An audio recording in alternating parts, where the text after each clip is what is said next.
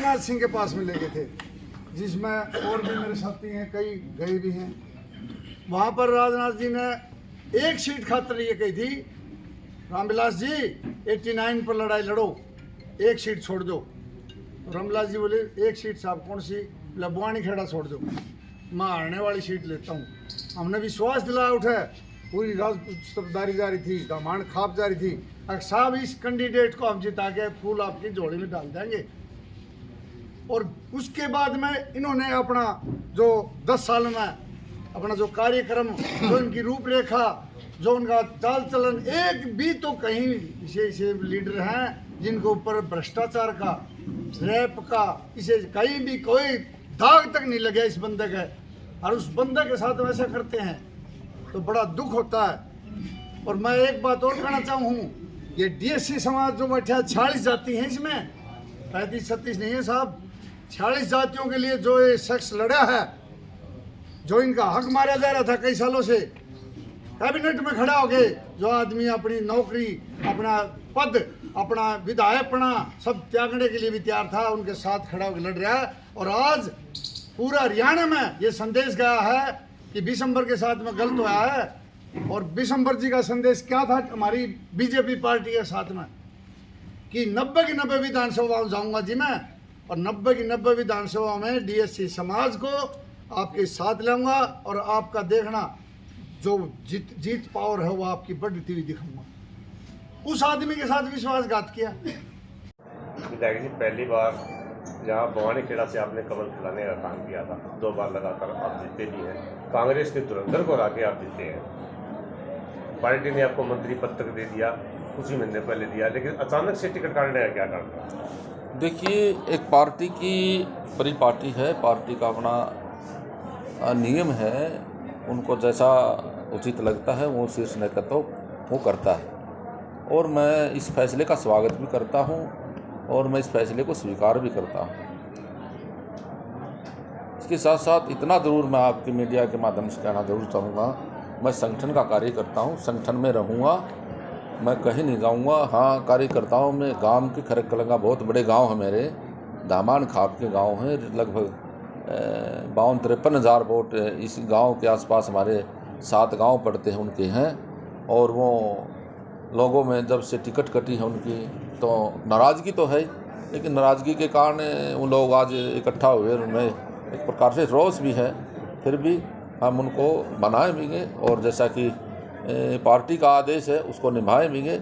और इसके बाद कोई इस तरह की और आगे कोई बात हुई, जैसे पूरा दामान खाप है और पूरा बुआनी खेड़ा है, कार्यकर्ता है, अभी मैंने इनको कहा पार्टी का आदेश था, हमें स्वीकार है, तो हम उसके अनुसार चलेंगे।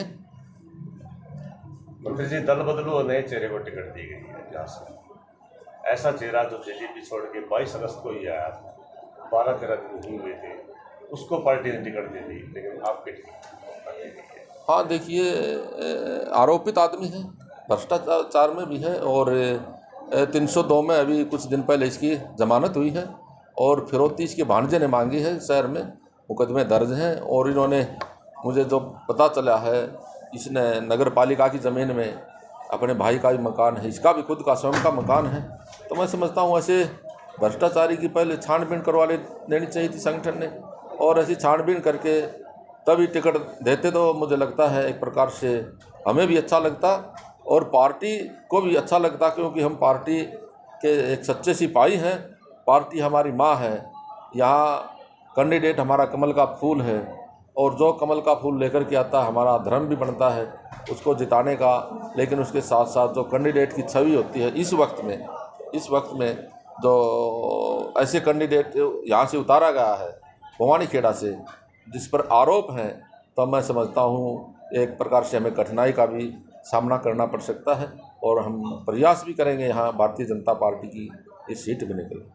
केंद्रीय मंत्री और पूर्व सीएम मनोहर लाल जी से आपकी मुलाकात हुई, कल काफ़ी संख्या में कार्यकर्ताओं ने जाके भी मुलाकात की, उन्होंने कहा कि आप लड्डू बांट दो, मिठाई तक मंगवा ली गई, फिर इतना बड़ा विश्वास रहा था, अचानक क्यों हुआ? ऐसा क्या हुआ? आपकी सर्वे रिपोर्ट गलत गई थी या क्या हुआ था ऐसा?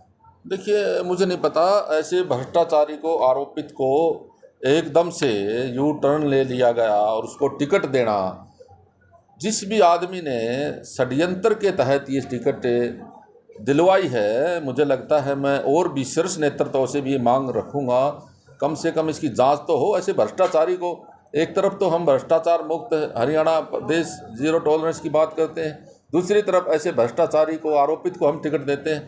दोनों बातों में बहुत सारा अंतर है। तो इसमें षड्यंत्र के तहत इसको जो टिकट दिलवाई गई है, इसकी भी हम एक जांच का विषय है।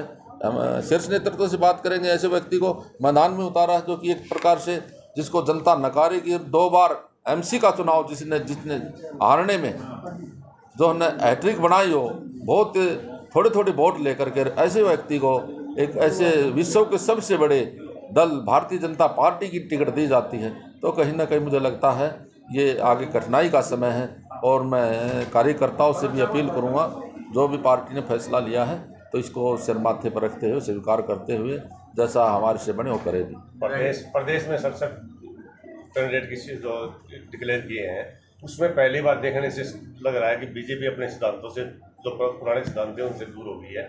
दल बदलुओं को और दूसरी पार्टी से आए चेहरों को किस तरह से इन्होंने टिकट दिए गए हैं?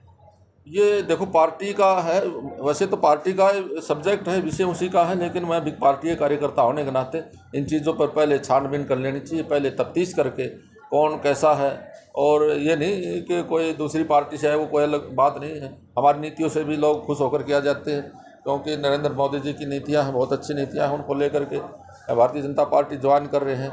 हाँ, ये ज़रूर है, उसमें जो पार्टी ज्वाइन करने वाले लोग हैं, कहीं ना कहीं संगठन ने उनकी एक बार से छानबीन करके वेरिफिकेशन करा करके और जब उनको टिकट देना चाहिए। दामान साहब आपके साथ हमेशा रही है, अगर वो आपको चुनाव लड़ाती तो आपका क्या फैसला रहेगा? और देखिए, वो तो बाद की बात से, जैसा दामान खाप जैसा मुझे आदेश देगी तो मैं उस आदेश का पालन करूंगा और उसको स्वीकार करते हुए जैसा भी मुझे निर्देश देगी। मुझे नहीं लगता दामान खाप मुझे चुनाव लड़ाएगी, क्योंकि हमारे जो खरे कड़ंगा एक जनसंघी गांव है, पूरे संगठन के गांव रोज़ तो हो सकता है, लेकिन उसके बाद में हम देखेंगे। बात अगर सिरे चढ़ती है तो हम यहीं से भारतीय जनता पार्टी के कैंडिडेट के पक्ष में कमल का फूल फैलाने का काम करें।